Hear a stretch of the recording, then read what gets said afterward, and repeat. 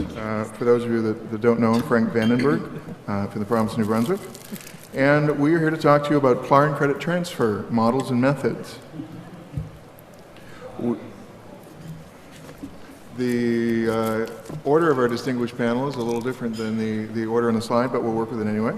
We've got Phil Belanger from NBCAT, PLAR and PCCAT. We have got Anne-Marie Lyseng from ACAT, Stephen Chase from WES, Amanda Roberts from SAIT Polytechnic in CAPLA, and then there's myself from PLAR, NBCAT, and CAPLA. And at this point, I'm sure your question is, who are we and what do all of the acronyms stand for? So we gave you a little bit of a cheat sheet. There will not be a test on it at the end of this. There will be no assessment, so no need to worry about that. Why we've done this? Essentially, we've recognized that with the jurisdictions around the country, there have been different ways of looking at the role of credential assessment and competency recognition and credit transfer and prior learning assessment. And some folks have talked almost as if there is a sense of there is a magic bullet model that is what everybody should be striving for. And what we've done is take sort of a sampling from around the country to show you that there can be different models and that can be used and can look at and still be able to produce quality work. So what we're going to do, we've created a series of questions. The different panel members are going to reflect on those questions for you. If there's some that you feel particularly interested in wanting to comment on, once folks have had sort of their first run through, if you raise a hand and we can work that into the conversation as well. Or if once we've worked through the questions, you've got something totally new and different that we haven't addressed that you want to know, just bring it up to us. To start, to what extent do government and institutions work together on PLAR and credit transfer? How does this affect PLAR and credit transfer in your province?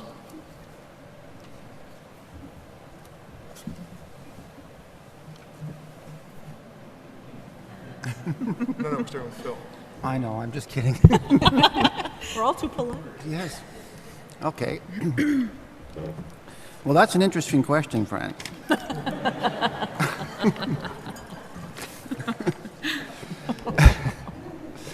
Well, speaking of New Brunswick, when the whole idea that the government had back in 2008 that we have to look at transforming post-secondary education and find a way to make it more an effective system. Well, there is more than one system. When you look at the way universities operate, colleges operate, and even though it's a small province, it was quite interesting. At the same time, when I took on the project, I was asked to look at what kind of structure we put in place in New Brunswick that would encourage universities and colleges to more collaborate to enhance credit transfer agreements. But at the same time, there was a lot of talk that was starting to come up about PLAR. How will PLAR fit into this? So, in consultation with what was being done in other provinces like BC-CAT, Alberta CAT, and looking at what they had been doing in PLAR and such, we came up to with the idea that if we're going to set up a structure to address credit transfer, let's see how we can, from scratch, affiliate it with prior learning assessment and recognition as well. So that's where we came up with the idea. If we're going to set up an NBCAT, which we call the New Brunswick Council on Articulations and Transfer, how can we relate that from the beginning to make sure that PLAR is going to be involved with it? Because in other provinces, from experiences we had researched, they were separate entities that didn't necessarily communicate. So we felt if communication starts from the beginning among the two, well, operations, I guess you can say, it would probably make it easier down the road. The other thing was, we are a small province. We don't have the big budgets to make everything happen, take out the carrot and say, let's do this. We had to find a participative approach. So we felt that before we start investing too much money in getting things done, we have to make sure the will is there, because once the will is established, that's when you can find the way. So we want to build more of that relationship among institutions that wanted to participate, that realized and believed that there was something that could be done, not the money talking, but the will to do it, then let's find the money once we've established the will. Because we don't have large budgets, but more cooperation, more participation, more in-kind contributions with the institutions makes the government much more supportive to see things happen. And I think that has been the model that we find since we were officially established in 2010. The little bit we've been able to accomplish in little time, the much we have been able to accomplish in little time, has a lot to do with the fact that the will was strong to make these things happen. And the idea we structured was the NBCAT, New Brunswick Council on Articulations and Transfer, is basically the umbrella, but with an PLAR, New Brunswick Action Group, a New Brunswick Action Group for Prior Learning Assessment. So it's called the PLAR, is an affiliate. So whenever a budget is developed for NBCAT, it also is part of it going to PLAR, and both are knowledgeable of what each is doing. So PLAR will be developing activities that have already been endorsed by NBCAT. And NBCAT will be developing activities for credit transfer that is also made familiar to PLAR. So the whole idea is that we don't have to duplicate, and it's created a lot of awareness among the academic partners in particular, how PLAR is beneficial and how we could better use it to implement it within a credit transfer mechanism. So when we first started and developed what we call the credit transfer portal with the participating institutions, anybody could go online and see where they've studied, whether it be college or another university, and it will tell them automatically what credit they could be recognized if they were to move to another institution within New Brunswick. But because of our involvement with PLAR, we also agreed with our academic institutions to start looking at putting PLAR available as well. So an individual who's had some recognition of PLAR from an institution, it could also be posted for recognition officially on the portal. So these are things we've been working on. And it all started within the province, but then as things progressed and became very successful, we decided to expand outside the province. So that now any agreement that exists outside the province, anybody who's studied in another province where agreements exist in New Brunswick would be able to go on our website, our portal, and see exactly what credits they could get if they were to come and study in New Brunswick. So the long-term vision is to have the same thing with PLAR. If we can do it within the province, if there's some PLAR agreements existing outside the province, why not be able to eventually have that posted as well so that individuals will find more mobility. That's why we use more the term learner mobility than student mobility, because it's all about learning, it's all about individuals. It doesn't matter where you've learned it, it's what you know and how it can be transferred, or how you learned it, how it can be transferred and where it can be transferred. And that also came to the, I'll keep it short soon. Yeah. Wow. And that I'll just conclude by saying that also brought to birth just recently a memorandum of understanding, MOU, among the 4 existing CATs in the country. So we have committed to work all 4 CATs together at enhancing that kind of collaboration and see more interprovincial efforts from in that directions as well. Thank you. All good. Thanks, Phil. To have maybe about a 30-second portion of context, the question focuses certainly on government and on institutions, etc., but there are also the third-party councils that exist as a part of that system as well. So for me today, I have a couple of hats. I'm sure there'll be a joke out of this somewhere for you of how many hats can one government person wear. But one is with the ministry, so Innovation and Advanced Education, and another is to support the Alberta Council on Admissions and Transfer, which is a third-party advisory body that is appointed by the ministry but doesn't work for the ministry, if you follow me. And so I, as the head of the ACAT Secretariat, support them in the majority of my work. So that is quite significant in thinking about an Alberta context, because that advisory body and its vision and direction, one key part of ACAT that we'll talk about is within their principles, policies, and procedures, PLAR is a key piece, and wanting to do more now as Council moves forward in supporting that learner pathway in the province of Alberta.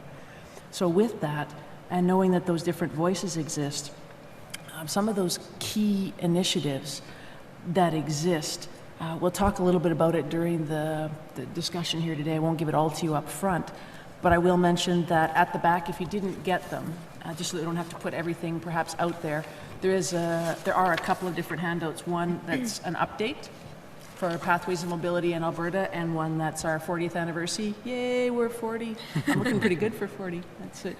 You don't have to comment. It's okay. We are the oldest cat in the country, yes. That doesn't make me the oldest woman in the country, however, but just putting that out there, Phil.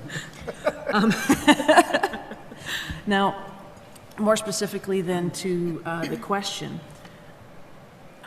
some of the comments that I'll share today, I just wanted to thank a few of our institutions who also helped to inform our discussion, and Amanda Roberts here from SAIT and also the Capital Board will be sharing some good Alberta perspectives as well.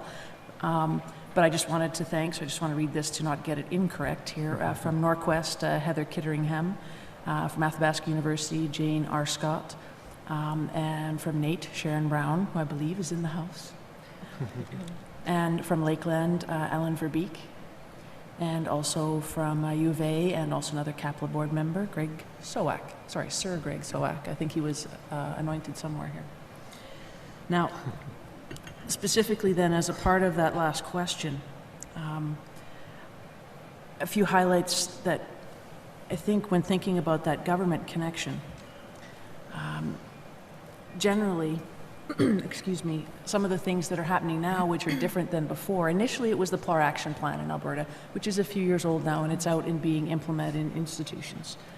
But as many of our institutions, especially if you're in the room, will point out, we need to have some action forward. And so one of those biggest points from an ACAT perspective is there will be an ACAT PLAR Articulation Committee that will be underway very shortly, and actually Amanda as well as Greg are our interim co-chairs to begin that process. And that directly connects to a question like this of, so generally in Alberta, PLAR and the assessment and the PLAR reporting of credit is quite separate from transfer credit. And Amanda will tune me up at any point, as will others in the audience, so I get something off here. And that's significant then to have an articulation committee who's largely, traditionally, the primary function of those committees, both in Alberta and to a great extent in BC, is to foster student mobility, to foster transfer, to foster connections among institutions, collaboration, information sharing, etc. So seeing that link, and PLAR now, the institutions coming together as an articulation committee, and to set their own agenda. The institutions will lead that committee. We as the Secretariat will not lead it, but we will support it. So becoming an articulation committee, that group gets supports, if you will, from the Secretariat that are paid for through the ministry, but do not report to the ministry. And that's an important distinction. So those institutions are still leading from their institution hat, but also supporting the system and how it moves forward, and informing perhaps the so now what about the PLAR articulation plan, the action plan. Where should we go to from here? How's it going? What are the issues? What are the strengths? And what are those next steps? And there's certainly many other points, but I think that combined with the MOU that Phil mentioned from a council perspective, and also from a ministry perspective, that there is now funded, but we're not wealthy. I know there's lots of perceptions as far as the PLAR world, but a Learner Pathways Modernization Initiative. And what that means essentially is that the transfer system, Transfer Alberta, all those pieces are going to be redesigned and replaced, led by our contact persons, but other pathways will be included in that mix, perhaps for the first time that they haven't necessarily been before, which includes dual credit, which includes PLAR, and other opportunities as well. So those are probably the key highlights. So you may think, how did the foreign academic credential guy get on the PLAR panel? But I think there are some shared connections that we have. Most certainly is that letter R that we share in our acronym, which is the recognition part, which is something that WES as a nonprofit really strives to do. We're an interesting credential evaluation service in that we, I think, do more than just provide a valuable document as a first step. But to the question about interaction from our world, say with government, it's much more, call it standardized in that for the federal skilled worker program, for example, having a academic credential for your foreign credentials is a component of the process. So in that has been a dramatic step forward just in the fact that more people have those now. That doesn't mean that that's the end and that more isn't needed. So Wes, just a quick show of hands. Who knows World Education Services, by the way? Okay, all right. So we're a nonprofit that we have a mission to help internationally trained individuals, be they WES clients or otherwise, to achieve their career and education goals. And we know that more is needed than just a credential evaluation document. So both from the individual's perspective, but also the end user. The end user is really the where the recognition happens. So we're trying to do some things around that. I think the other relation to pathway to PLAR, I used to work with the Nova Scotia Department of Education and sat next to the PLAR and adult education group. So if that's my friend card in here, that's how I also got in as well. But I remember from those days that creating pathways was a key for that group, and I think it is in the PLAR world as well. And that is of great interest to what we do at World Education Services as well. It's about creating pathways. So those are a couple of the similarities. But around the government, now that we're a component in that federal skilled worker program, it's been a huge step forward. I'll just do a really quick update, and it's going to be actually very interesting to hear because Anne-Marie and I are both from Alberta. This is my institution hat, and where I come from at SAIT, Polytechnic, it's PLAR and transfer credit actually fall under one big beautiful umbrella. So how we're very unique though in the province. And so when we speak about does our province, our institutions in our province do this, not normally. So I'm again off in left field and I'll be throwing out a few of those curveballs today, but that's what's going to add some color to this panel for sure. So PLAR and credit transfer in the province, falling under that and under the umbrella within SAIT, so you have the context for going forward in our discussions in a bit, is what we do is we have a PLAR office or an RPL office, and we're only one of 2 institutions in the province that actually have a PLAR office. There's ourselves and Athabasca University.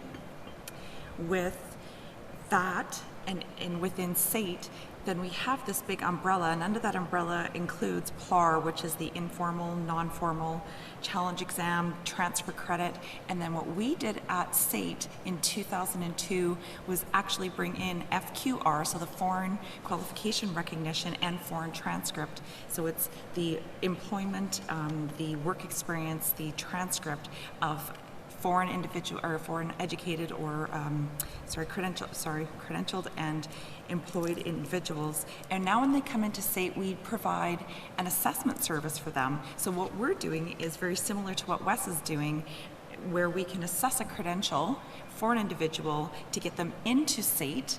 And then we're also then stopping the conversation there and saying, once you're admitted to SAIT, and that's through like a registrar's office process, then we still have them in that same kind of basket, and we catch them and say, you know what, you can also then be assessed for transfer credit, or tell us about what you've done, what do you know and what can you do, and here's what it looks like at SAIT, and here's our processes at SAIT. So I'm just going to quickly leave it like that, and that's how the 2 have been married, and the marriage is actually happy and it's going well. Thank you. Good. I will just add one quick thing about the NB PLAR Action Group, just so that you're aware of the context. Because of the size of a province that we are in New Brunswick, we consciously decided to have a model for a PLAR group that includes PLAR from academic institutions, that includes PLAR for immigrant support services, professional recognition and regulation, PLAR from an employment context, as well as PLAR in providing public services and social development services. So all of the different organizational uses of PLAR in the province all work together in that action group. And again, we've done that in part because of it giving us that critical mass. It really wouldn't be possible for each of those groups to have its own, those sectors to have its own separate organization. And it's promoted the transferability and sort of cross-pollination of those PLAR approaches. And so because of that, sometimes the mandate and the discussions of PLAR go beyond the academic sector, and so that's where it's beneficial to be able to have that group of stakeholders together and have those discussions, collaborating with NBCAT, but also able to take on some topics around workplace, around newcomers, that would go a bit beyond a standard academic scope. The next question that we've got are, what are goals or for your organization, what are goals or outcomes for your assessment or recognition activities? So, let's I may as well start again. take round two. Everybody's doing all right out there? Still awake, not dreaming of beer? Good. Well, Just making sure. yeah. You still get me one after, right? Yes, Okay. absolutely. Yeah. Yeah, definitely the goal is, again, when we say organization, yeah, like just to confirm it, but what Frank was saying, we are definitely, this was an initiative of government, but NBCAT and NBPLAR are units of stakeholders, non-government, that are there to influence government supporting initiatives that will meet the goal of enhancing credit transfer and PLAR within the province. So again, the vision would be that whatever can be done that could be initiated through NBPLAR and NBCAT to improve or facilitate the whole process would be the purpose of government wanting to maintain this kind of support. And what's quite interesting, we had our annual general meeting of NBCAT just in April. And actually, the academic representatives said, you know what? We need to have a better support mechanism to do PLAR assessment and international credentials. So why can't we have, and it just came from the actual institutions at the VP level as well, saying we should maybe look at a central service that could maybe provide and facilitate some support in assessing PLAR and international credentials. So we're just in the works right now of looking into that as to what kind of a central support service could be done that would facilitate the whole process of assessing PLAR or pre-assessment for the institutions, not taking away from the institutions, but more find a way to support through resources at a central level that would facilitate the process.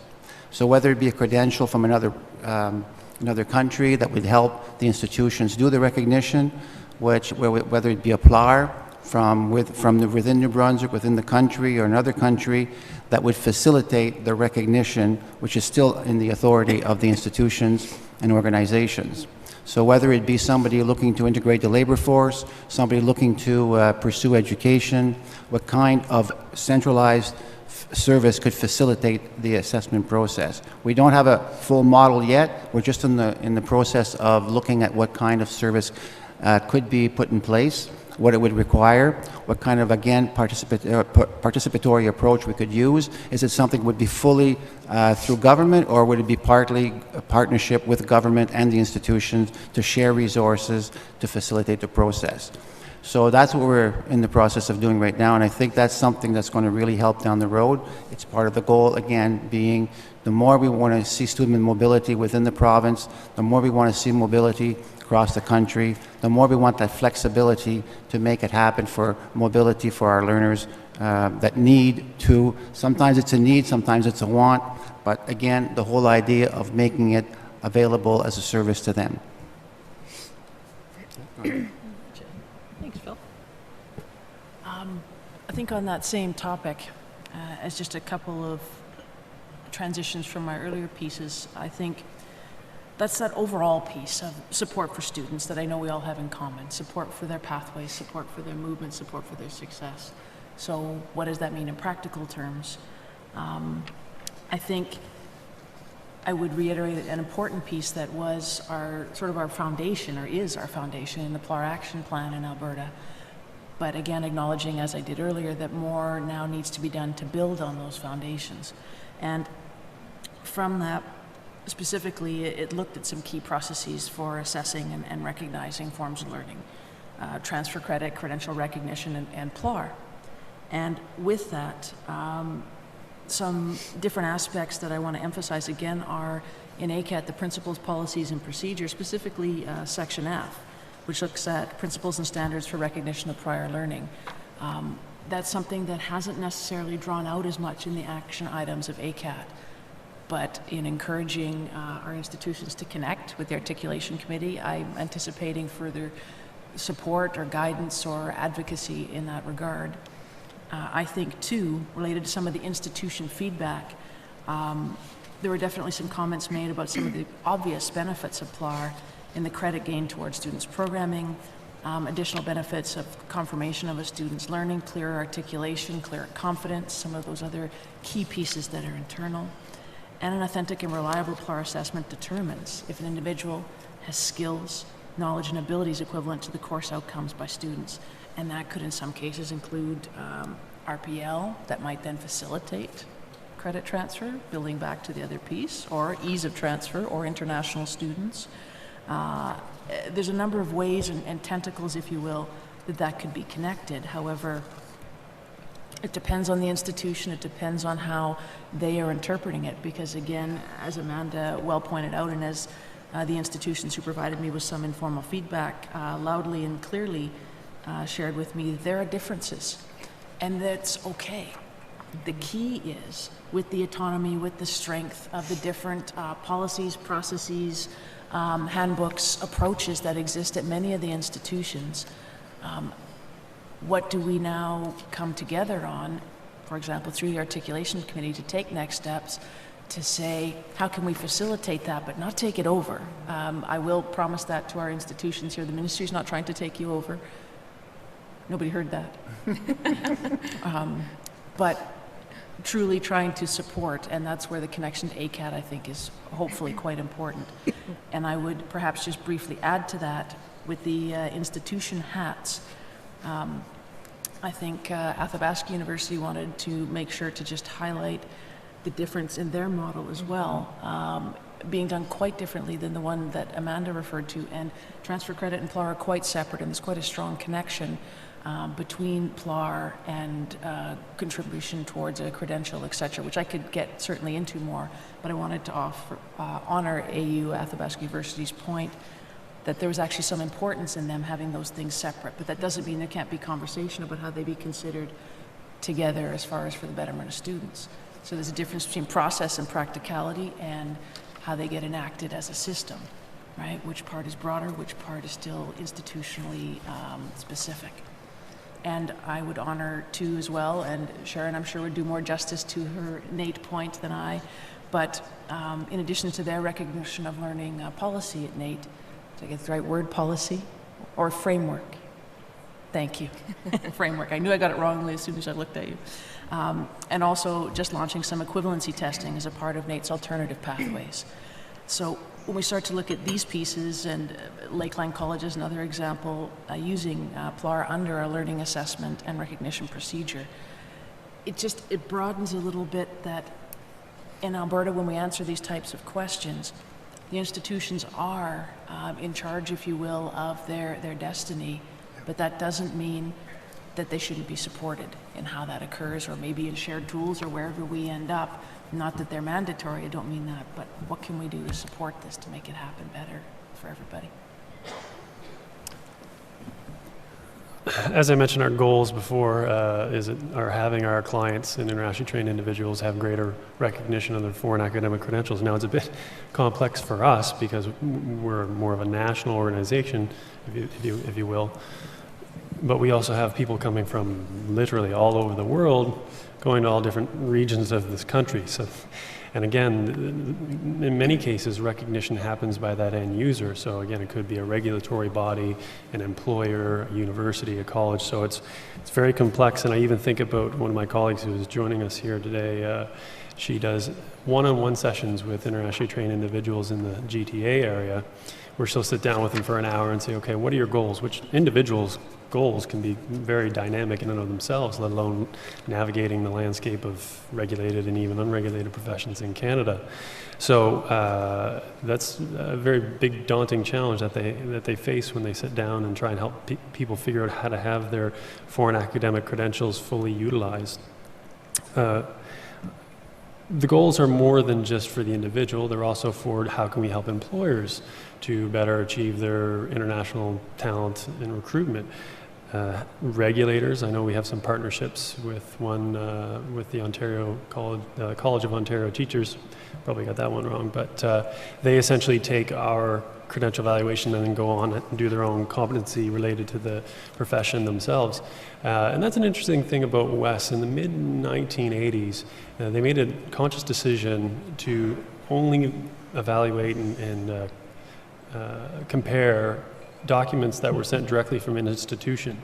So regardless of what the landscape looks like, that has been a big advantage for WES, where we can play that role in some cases as the document examiner or verifier, if you will. So, but again, the goals are just for the individual that we serve and internationally trained individuals more broadly, and then for all the end users. So we have a big job to do. Our goals within SAIT Polytechnic are, I'll keep it very bulleted into the point. Our goals also bring out a lot of challenges. So when we get to the challenges page, I have this entire page of challenges that I can't wait to share with you, because I'm sure that you are experiencing the same things. So our goals is, years ago when Alberta did have the PLAR action plan, each institution was in charge of implementing the plan. So going through and achieving the goals that were set out for the year that we are working in. Also within my institution is further investigate and implement and continue to expand RPL services within my own institution, and make sure that our new faculty members that are joining our institution know what RPL is and know how to do it, and make sure that they have access to training. So we're also, SAIT just launched our new strategic plan about 2 weeks ago. So having good policy and procedure in place within our institution also then make sure that we're on the path and that we can support our new strategic plan. And then coming up, and a big goal is to support our new articulation committee. Just a couple of quick additional thoughts as far as goals and outcomes from the perspective of learners. It's very much to support their goals and their desires. For the institutions, it tends to be increased efficiency, increased efficacy, so that they're better able to meet their mandate. And from the point of view of government, it's supporting our policy and activities in terms of the labor market, in terms of post-secondary education, addressing some social issues in the province. So it's very much, we see both credit transfer and PLAR as ways to enhance student mobility, enhance people's opportunities to achieve their own personal goals, and in doing so help meet some of the goals that the province has for the labor force, for post-secondary education, and so on. In the interest of time, because we've touched on a fair bit of things, I'm going to jump ahead a couple of questions.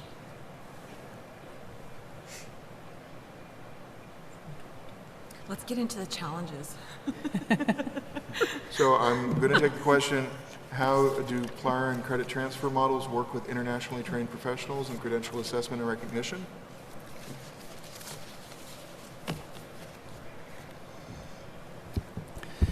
Well, definitely they play an important role as far as being able to help them, a newcomer or a professionally trained individual, actually, be recognized for their true worth or their skills. So again, I think it's all part of making the distinction between the academic credentialing and the actual competency or skills recognition. So for a newcomer, it's not just a matter of having their credentials being assessed and recognized for certain equivalencies, it's also their skills and capabilities as far as we apply that to the labor force. So I think a combination of both as things progress is going to make quite a difference. So yes, we've got, when everything, I remember being myself involved with immigration, when the whole trend was international credentialing, and it was all about academic credentialing. But now as things are progressing, we keep hearing about competency assessment and how we can also recognize their skills to be able to do a combination of their education and their skills experience in order to better integrate the labor force in our country here in Canada. So that's where, to me, it makes a big difference. And I think as things progress, we're going to have to keep that in mind as to how we're going to combine those efforts to make it a more effective and efficient way for newcomers or any individual to have that recognized. There's a number of potential offshoots for sure to this question, but I know that certainly Amanda will have some points on this too. I think overall there are some separate processes that exist to look at some of the international credentials. It all depends on context as well, and whether you're talking about a complete credential, whether you're talking about someone who's applying for some recognition that's more PLAR-like, such as non-formal or informal learning, that would be the same as any learner, whether they're here or international. But related to credentials, there's an International Qualifications Assessment Service, or IQAS, as many Albertans will be familiar. Also, connections to the apprenticeship and industry training and trade secrets, should there be a different type of credential. So different regulatory bodies such as that certainly also get involved in that process. And I think I would be remiss if I didn't mention some reference that Amanda made earlier to the Foreign Qualifications Review, and that was a previous process that's now being revisited by the Job Skills Training and Labor Ministry that we work with, and we are a part of, and by we, Ministry/ACAT, again, part of a steering committee. And with that, important to note for those of us who are from Alberta, I can't give you all the details today, but they'll be available shortly, that there will be a funding process that will be available in order to submit proposals and to be able to do some things related to things that would be very relevant to immigration and employment, and PLAR would be relevant to that. I checked with the particular lead involved in that. So we can certainly get you more information, and if you just contact me, I can make sure that you get connected to the right source. Also, I'd just like to point out that from some of the institutions' point of view, in addition to that, in thinking about whether or not there's a process or a framework or a policy, international education, institution-wise, in addition to IQAS and the pieces we just mentioned, can also be dealt with quite differently if they actually have a formal assessment for certain credentials and certain types of pieces or relationships with a regulatory organization. Athabasca University certainly points that out. Greg, who I lost, he was here. Isn't it great that I pointed that out after he walked away? Somebody tell him that later. Now from the U of A certainly has a specific process as well through their registrar related to foreign credentials. So again, there's a contextual piece without question. And there's certain guidelines at NAIT, et cetera, related to this. So in addition to the specific international organizations and the regulatory bodies, there's some differentiation, but that's not to be surprising, I'm sure. In terms of academic institutions, again, it's kind of in their hands, and you think about interprovincial credit transfers. I took my degree from St. Thomas University and tried to get it to U of T. I don't know how much I would get for it. So that's a complicated one because institutions have their own processes. But foreign credential recognition, I said, again, more is needed than just one piece. And actually, I've been very inspired, and we have our conversations preparing for this, around some PLAR principles, if you will, to help, say, internationally trained individuals to do some introspection, and you could even call it portfolio development. So I'm probably going to take away quite a bit from this conference from that perspective. And these are some of the things that we're looking at WES, again, more than just that credential evaluation. So how do we help those individuals achieve those goals? And for those from Ontario, this one, if you haven't heard of it, I just highly urge you to check it out. It's called Magnet. The URL, the initiative is called Magnet. The URL is magnet.today. It's a partnership it was started at Ryerson University, and they've partnered with the Ontario Chamber of Commerce They have some funding from the province. And really what you could imagine it to be is essentially a very detailed portfolio, unfacilitated, done through a platform, a website, if you will. It's like LinkedIn, but much more detailed. LinkedIn is kind of free form, and you could write what you want. But if you were an engineer or an IT professional, if you said you had C++, it would say what level of certification you have with this.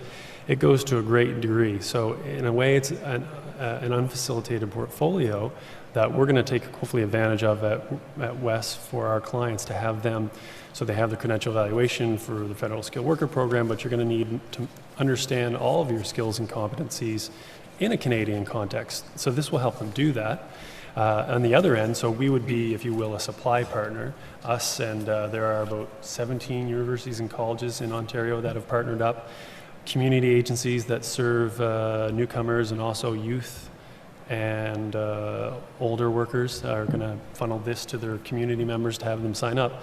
And on the demand side, the Ontario Chamber of Commerce is really pushing this to all their smaller 26-member chambers to have their small to medium employers build job profiles on there, which is actually quite interesting because it's almost automatic. So it's very user-friendly from the employer side of it. And then some fancy computer algorithm will come out and it will match people on a competency based on the job. So a percentage. So the employer gets to see the top 3.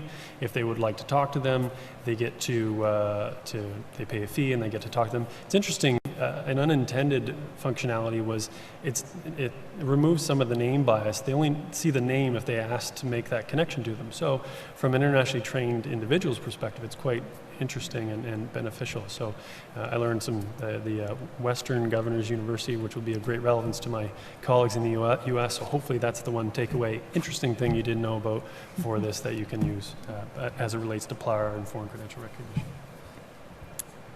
So as I alluded to earlier, SAIT, Polytechnic has created the office where we've collaborated and married those two services together back in 2002. And when we did that, it was out of need from ICROS in their province, and it was a request from them because we were just inundating them with students that were applying to try to get into our institution, and they said, you need to help us out here. So we worked with them. So we're now trained by ICROS, by WES, which, by the way, has fantastic weekly training sessions on countries and profiles. Right. It's 1 hour. It's over our lunch hour in Alberta. It's usually 2 p.m. in the Eastern time, but my team and I take the weekly webinars because they're just that fantastic, and it keeps us current. It's important to have currency as part of this assessment. And we're also trained from the ECE, which is the Educational Credential Evaluators out of the United States. I'm going to highlight, just for the stats people in the room, really quickly. This is what gets my PLAR hat really excited, and the PLAR passionate person in me gets really excited. So just over the past 3 years, in 2011-12, we had assessed 1,335 students for admission into SAIT, and then we were able to have that conversation about PLAR with them. In the next year, we had over 1,650 students. The year after that, we had 2,267, and this year we're expecting to blow past 2,400 as a reserved projection for our year end, which will be in June. So that is, just going back to 2011-12, that was 1,300 students that were coming to our institution that were finding out about RPL services and how we can recognize their credentials and their work. And now we have over 2,400 that we've been able to work with. Challenges are coming up though, right, Frank? Sort of. Okay. We recognize that there's roughly about 15 minutes left in the session. So moving on to the next question, to try and get as much of the content in as possible, I'm going to ask if Phil, Anne-Marie, and Amanda can each give us a benefit and a drawback of a combined PLAR and credit transfer model. Which question was that, Frank? Sorry? Give us a benefit and a drawback of a combined model. Oh, to a combined model? Yep. Okay. Well, definitely the benefits, I think we've already mentioned in different ways, but the drawback would be more, do we have the resources, the tools, and the support to actually do it? I mean, a lot of talk is in the air, but when it comes to the action, what kind of tools and support for resources would be required? But again, we have to reflect on, are we depending on that? Or can we find ways by a stronger collaboration among existing resources, existing strengths, and build on that? I think there's already a lot of good work going on with international credentialing, with PLAR efforts, whether in different provinces. And I think the more we're going to be willing to collaborate and share some of these existing tools and resources in a common practice is what's going to make the difference. The drawback is the will to do it, or the thought or the thinking that maybe it cannot be done because we don't have the resources. Yeah, I would echo those points from Phil, so I'll just try to suss out here a different one. I think we all agree that there's benefits and strengths as well as challenges to either way, whether they're connected or not. I think student mobility is probably, and support for pathways would be the prime one as far as a positive for student perspective, and the time, cost, autonomy, perception of rigor issues, et cetera, that Phil mentioned. I would just extend a little bit to ways that we might be able to then not only address those pieces, but figure out if the two were to be together, how do we honor that autonomy piece, that institutional piece that you've certainly heard contextually, certainly relevant to Alberta, and I think many jurisdictions, but also having those shared tools or having those shared resources that everyone has been talking about for the last couple of days, if you were here yesterday as well. And excuse me, that it's not only on the side of your desk, but that you actually have some form of resources to do that. And that comes back too to that question between government or council, I think, and the institutions. And one thing I should probably point out, which I realize I didn't do earlier, is that from ACAT, there's also a new Transfer Alberta mobile app that will contain not only a more accessible tool for transfer agreements in Alberta and among Alberta institutions, which also include out-of-province institutions, but some of the high school equivalencies would also include your provinces and agreements that have been made. And so you can go in there to look at some of those high school courses. I mention that here in this particular context because that starts to combine some of the models that we haven't necessarily previously combined in our accessibility tools. And that will be released anytime now. It is completed. We're just waiting for, you might have heard, we've had a few by-elections and things and premiers and good stuff happening in Alberta. But anyway, yeah. Nice segue. So thanks for that. Benefits, obvious benefits from my institution is the one-stop shop. And that is what we hear from our learners and our potential students, and is that they get everything in one-stop shop. And then organizationally, how we're structured is we are within, the PLAR office, the PLAR office falls within the academic side of the institution, and we're under organizationally, we fall under the Vice President Academic. And part of that then is I'm part of a larger center or a department at SAIT, which is to support students. It is such a beautiful center because not only can we do the PLAR piece for them or the RPL piece, we can also then do like the foreign piece, but then we also offer academic upgrading. Sometimes we have a lot of courses that start with calculus. So first of all, if you're second language, you might need some of that English language foundation training just to brush up your skills in English language, so your comprehension. So when you get into a calculus class, then you're not going to be lost in our technical jargon.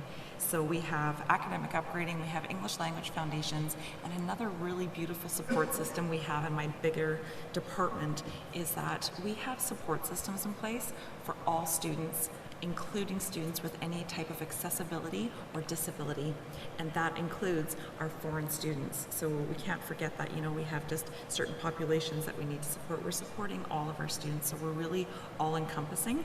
So that's a fantastic a benefit to how we offer it within our institution. A drawback, I'm just going to say right now, really is staffing. And resources, and then there's also more that I can get into in a bit as well. I'll just do that Okay. sake of time. Now, lest you think I was cruel to Stephen, he and I are going to answer the next question. We'll each take about a minute. And that would be, how would credential assessment play a role in a combined model?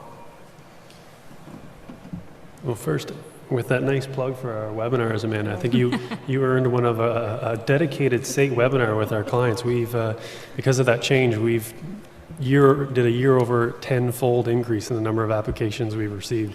We're now on pace to keep pace with the U.S., which has never been done before in West's history since we've been in Canada. We had 2,000 people for our personal branding webinar, so we'll do one for you. As I mentioned earlier, that distinction West made in the mid-'80s to do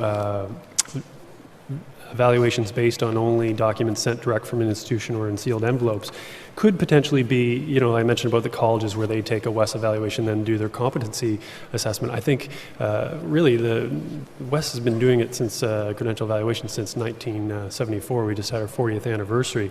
We have a very large database of institutions and educational degrees. So there are always new degrees coming online and new institutions being founded, but it's quite well established at WES. Perhaps the value add we could do is to do that document verification and then hand it off in terms of going forward with a PLAR. So that would be what I think. That's very much what I was going to say. In terms of if you're an institution that is going to do PLAR, say on a professional license from another jurisdiction, or academic credentials, where there may be, let's say, some currency issues, but there's still valuable material that's within it, it can be very important for you to know, first of all, that those documents are authentic, that they're not fraudulent, before you can begin to mine them for that academic value that's still current. So I think that's very, very important from the point of view of PLAR. And likewise from credit transfer, while institutions will develop expertise in certain regions, I think with the increased impact of globalization and some of the increased marketing that's being done to try and attract more and more international students, again, nobody can be an expert in everything unless you're going to focus strictly on credential assessment. And right there is one of the reasons why to work with a credential assessment expert. We're looking at about 5 minutes out. So again, to keep things going, I'm going to ask if each of us could provide what we think is the most exciting or the most useful innovation or best practice in either PLAR, credit transfer, or credential assessment. So one to a customer. Just that. Whatever wows you the most. Phil? Well, I'll be honest, what I think is the most important, what encourages me the most, is to see the momentum that's been developed. And from experience, 35 years with government, what's important is to keep the momentum going. Because oftentimes you start something, the momentum gets to a certain point, you change government, you change whatever makes it happen, it slows back to where it started. And to me, what excites me now is I feel, not just in New Brunswick, but in other provinces and across the country and in globalization, the movement is there. And I think as long as we work hard to maintain that momentum, we are eventually going to get where we really envision we should be. It's very hard to synthesize, but I would say big picture that coming here to this conference was an excellent highlight for me from the fact that we just recently compiled our interim list, if you will, for institutions for our articulation committee.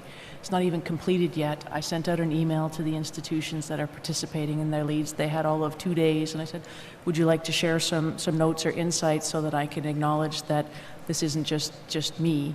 And then after this, could I check with you, and then we can actually share this through CAPLA or through the ACAT website, et cetera, to give you more detail from some of the direct perspectives. And within 2 days, I already had 5 or 6 different institutions complete a fairly extensive questionnaire, just saying, yeah, I'd love to share, making sure that you know this is draft and all that good stuff. Between that dedication and the number of people who are volunteering, because these aren't paid committees, I hope that everybody was aware of that.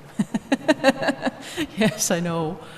But they are paid in spirit from the things that everyone is doing for students in the institutions. And that and the Pan-Canadian MOU and the different pieces that are also being done to try to support student mobility and pathways, with PLAR as a key piece, and Alberta being connected finally to CAPLA again, which I think is a very good thing. Not that it wasn't always, but I'm speaking from our hat. Those things inspire me, and as do all of you. Well, there's a lot of best practices, and the Office of the Fairness Commissioner here in Ontario has been a big step forward.